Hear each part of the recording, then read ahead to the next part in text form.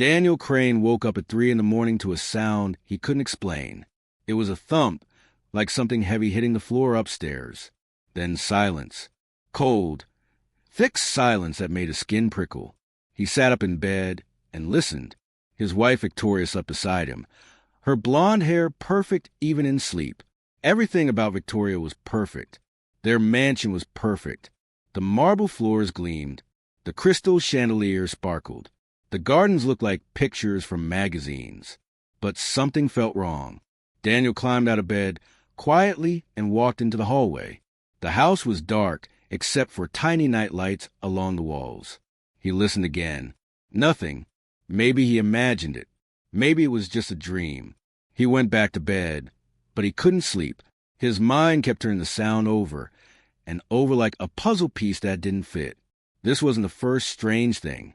3 weeks ago, they hired a new maid named Elise. She was young, maybe 25, with gentle brown eyes and hands that never stopped moving. She cleaned the house, cooked the meals, and did the laundry.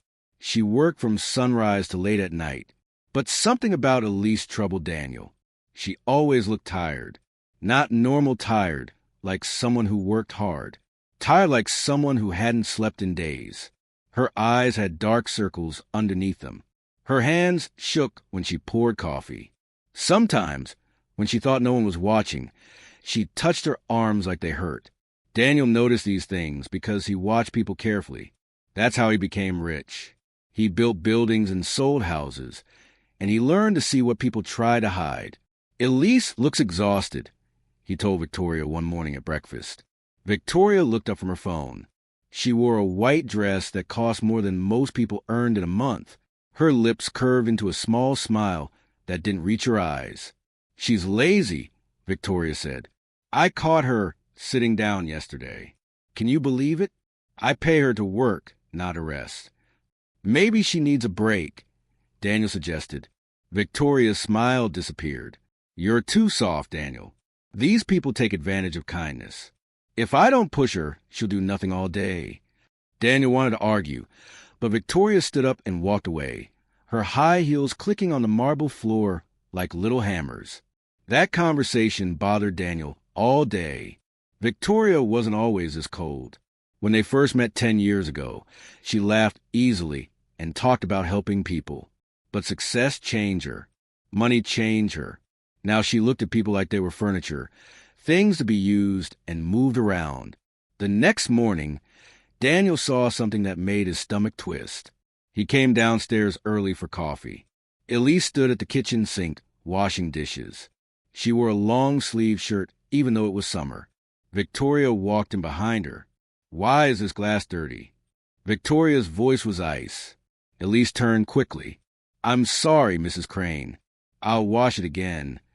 You're always sorry, Victoria interrupted. Sorry doesn't clean houses. Sorry doesn't do your job properly. Yes, Mrs. Crane. Victoria picked up the glass and looked at it in the light. You know what? I think you're hiding something. You come late sometimes. You look terrible. Are you stealing from us? Elisa's face went pale. No, I would never. Liar. Victoria threw the glass into the sink. It shattered. Pieces flew everywhere. Clean that up, and if I find out you've been stealing, you'll regret it. Victoria walked past Daniel, without looking at him. Elise stood frozen at the sink, staring at the broken glass. Her hands were shaking so badly she could barely move. Daniel wanted to say something. He wanted to ask if she was okay, but his feet wouldn't move. He felt like a coward, standing there silent while his wife treated another human being like garbage. That night, Daniel heard the sound again. Thump, then footsteps, then nothing. He got out of bed and walked to his office. He sat in the dark, thinking about Elisa's frightened face, thinking about the broken glass, thinking about Victoria's cold eyes, what was happening in his house. He remembered a business partner once telling him, if you want to know the truth, you have to look where people think you're not watching. Daniel turned on his computer. His hands hovered over the keyboard. What he was thinking felt wrong, like spying, but the alternative felt worse. What if Elise was in danger? What if Victoria was doing something terrible? He ordered 4 small cameras online. They would arrive tomorrow. He would install them in the kitchen, the hallway upstairs, and the main living room. He told himself it was just to understand what was happening, just to know the truth. But deep down, Daniel already knew the truth would hurt. He just didn't know it would break everything. The cameras arrived in a plain brown box the next afternoon. Daniel hid them in his office. That night, while Victoria attended a charity dinner downtown, he installed them in corners where no one would notice. Tiny black dots, like spiders watching. "I'm doing the right thing," he whispered to himself. But his hands were shaking just like Elise's hands shook when she poured coffee. The trap was set. Now, he just had to wait and watch. Daniel waited 3 days before checking the cameras. 3 long days of watching Elise flinch when Victoria walked into a room. 3 days of pretending everything was normal while his stomach churned with worry. On Thursday evening, Victoria left for her yoga class. Daniel locked himself in his office and opened his laptop. His finger hovered over the mouse. Once he watched this footage, he couldn't unsee it. Whatever was on these recordings would change everything. He clicked play. The first camera showed the kitchen during daytime. Elise washed dishes, her movements quick and nervous. Victoria appeared in the doorway, arms crossed. Even without sound, Daniel could see Elise's body tense up like a frightened animal. "Victoria, go closer." She pointed at something. Elise nodded quickly, over and over. Then Victoria did something that made Daniel's blood run cold. She grabbed Elise's arm and squeezed it hard. Elise's mouth opened in pain, but no sound came out. Victoria leaned close and said something. Elise's eyes filled with tears. Daniel felt sick. He paused the video and took deep breaths. His wife, the woman he married, the woman who smiled at charity events and donated money to children's hospitals. That woman was hurting someone in their own home. He forced himself to keep watching. The second camera showed the upstairs hallway at night. The time stamp read 2:47 a.m. Daniel leaned closer to the screen. At first, nothing happened. Then a door opened. Victoria stepped out wearing a silk robe. She walked to another door and knocked hard. Elise opened it, rubbing her eyes. She looked confused and scared. Victoria pushed past her into the small room. Daniel's hands clenched into fists. That was supposed to be Elise's private space, her only place to rest. What happened next made Daniel want to scream. Victoria pointed at the bed. Elise shook her head, clearly exhausted. Victoria's face twisted with anger. She grabbed a pillow and threw it on the floor. Then she pointed down. The message was clear. Sleep on the floor. Elise's shoulders slumped. She picked up the pillow and lay down on the hard wooden floor, while Victoria stood over her like a guard. After a few minutes, Victoria left, but she came back an hour later, and again at 4 in the morning, and again at 5:30. No wonder Elise looked so tired. Victoria wasn't letting her sleep. She was waking her up over and over, night after night, like some kind of cruel game. Daniel's hands were shaking so hard he could barely control the mouse. He clicked on the next video. This one was from yesterday. The camera in the living room captured everything in clear detail. Elise was dusting the shelves. She moved slowly, like every motion hurt. Victoria sat on the white couch, scrolling through her phone. "You missed a spot," Victoria said without looking up. Elise turned. "Where, Mrs. Crane?" "Everywhere. This whole house is filthy. You're useless." "I am sorry. I'll clean it better." Victoria finally looked up. Her eyes were cold and empty. "You know what I think? I think you're trying to make me look bad. I think you're doing a terrible job on purpose, so my friends will think I can't manage my own home." "No, Mrs. Crane, I would never." "Shut up." Victoria stood and walked toward Elise. "I'm tired of your excuses. I'm tired of your lazy attitude." Then it happened. Victoria's hand flew through the air and struck Elise's face with a sharp crack that Daniel could hear through computer speakers. Elise stumbled backward, her hand flying to her cheek. Tears spilled down her face, but she didn't make a sound. "Clean it again," Victoria said calmly, like she had just asked for a glass of water. "And if I see one speck of dust, you'll regret it." She walked away. Elise stood alone in the living room. crying silently, touching her red cheek. Daniel slammed his laptop shut. He couldn't watch anymore. He ran to the bathroom and threw up. His whole body shook with anger and disgust and shame. How long had this been happening? How many times had Victoria heard Elise while he slept peacefully in his expensive bed? How many nights had Elise cried alone in her room, too afraid to ask for help? Daniel thought about all the times he saw Elise flinch or tremble, all the times he noticed something was wrong, but did nothing. He told himself it wasn't his business. He told himself Victoria was just strict. He told himself comfortable lies because the truth was too ugly to face. But now he had seen the truth. He had watched his wife become a monster. Daniel walked to the window and looked out at the dark garden. The mansion suddenly felt like a prison. All this money, all this success, all these beautiful things, and underneath it all was cruelty and pain. He made a decision right then. He didn't know exactly what he would do or how he would do it, but he knew one thing for certain. This had to stop. Tomorrow, he would talk to Elise. He would hear her story, and then he would confront Victoria. His hands stopped shaking. His breathing slowed. For the first time in weeks, Daniel felt clear about something. He had spent his whole life building things, houses, buildings, businesses. Now, he would build something more important. He would build justice. The cameras had shown him the terrible truth. Now it was time to act on it. No more looking away. No more pretending. No more silence. Daniel walked back to his office and saved all the camera footage to a secure drive. Evidence. Proof. The truth captured in pixels and sound waves. Victoria thought no one was watching. She thought she could hurt Elise forever and no one would stop her. She was wrong. Daniel barely slept that night. Every time he closed his eyes, he saw Elise's face after Victoria slapped her. He saw her lying on the hard floor, exhausted but unable to rest. He saw the fear in her eyes. When morning came, Daniel had a plan. Victoria always went shopping on Friday mornings. She would leave at 10 and return around 2. That gave him 4 hours to talk to Elise alone. He waited until he heard Victoria's car pull out of the driveway. Then he went to find Elise.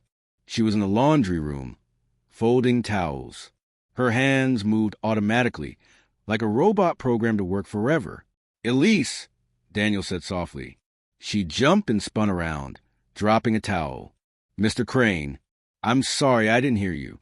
Do you need something?" Her voice was small and frightened. It broke Daniel's heart.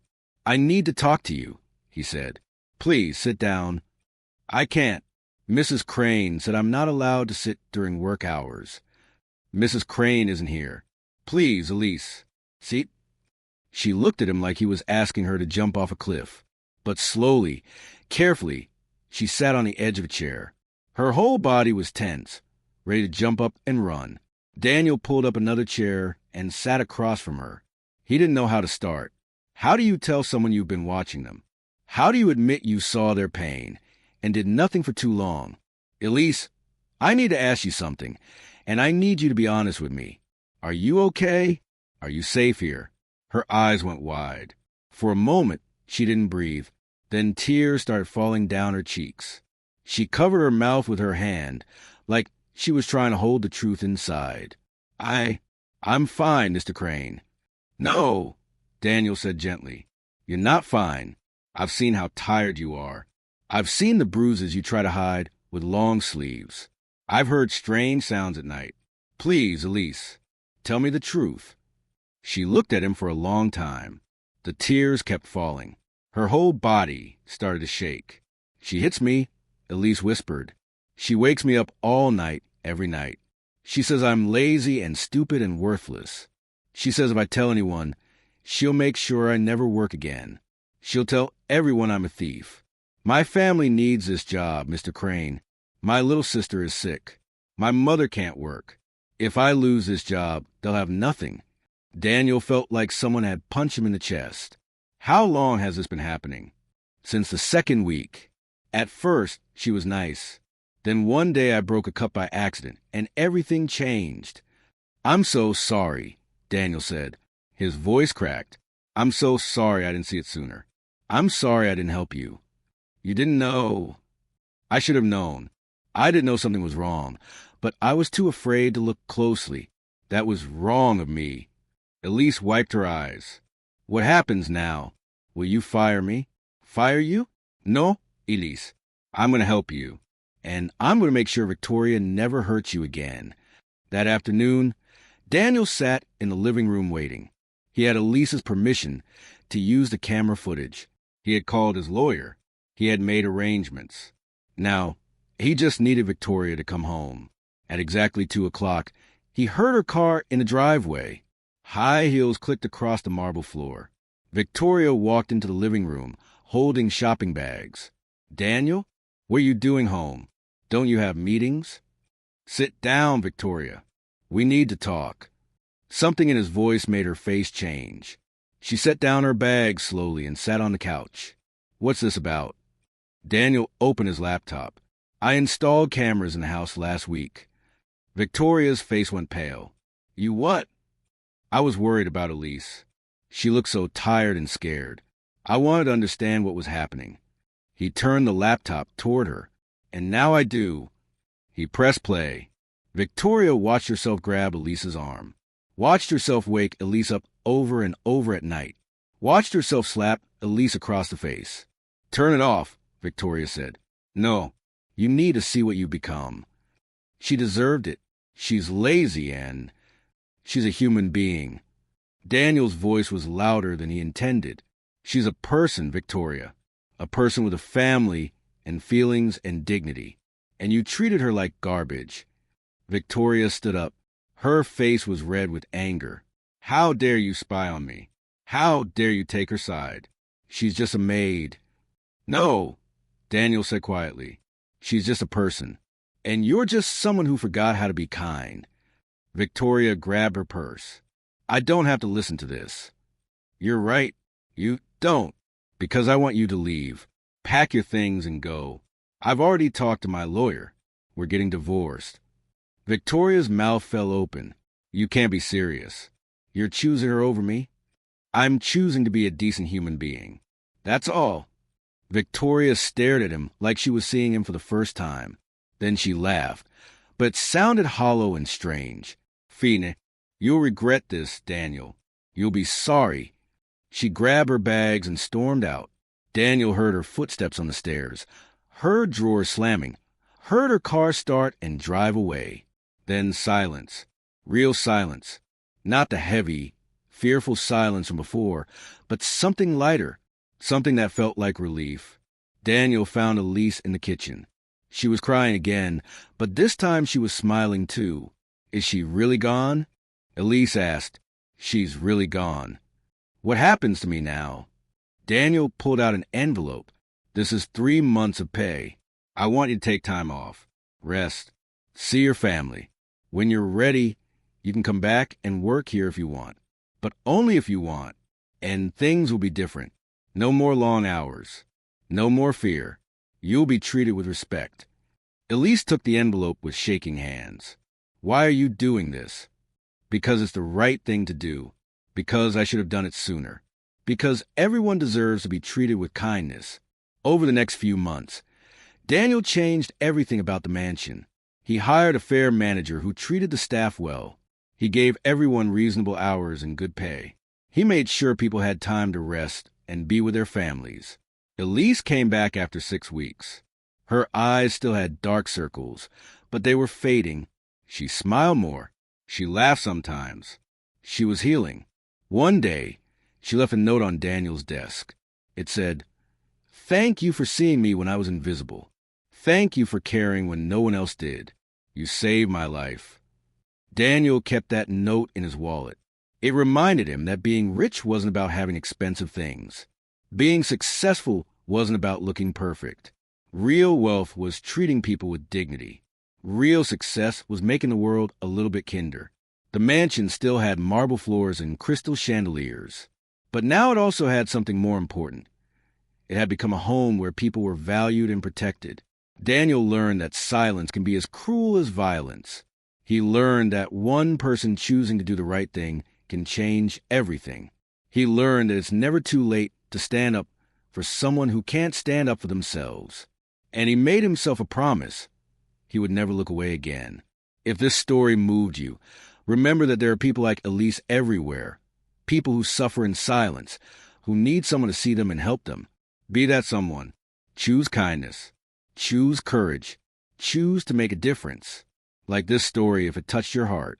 Share it if you believe everyone deserves to be treated with dignity. Subscribe to hear more stories about ordinary people doing extraordinary things. Because sometimes the most powerful thing you can do is simply choose to care.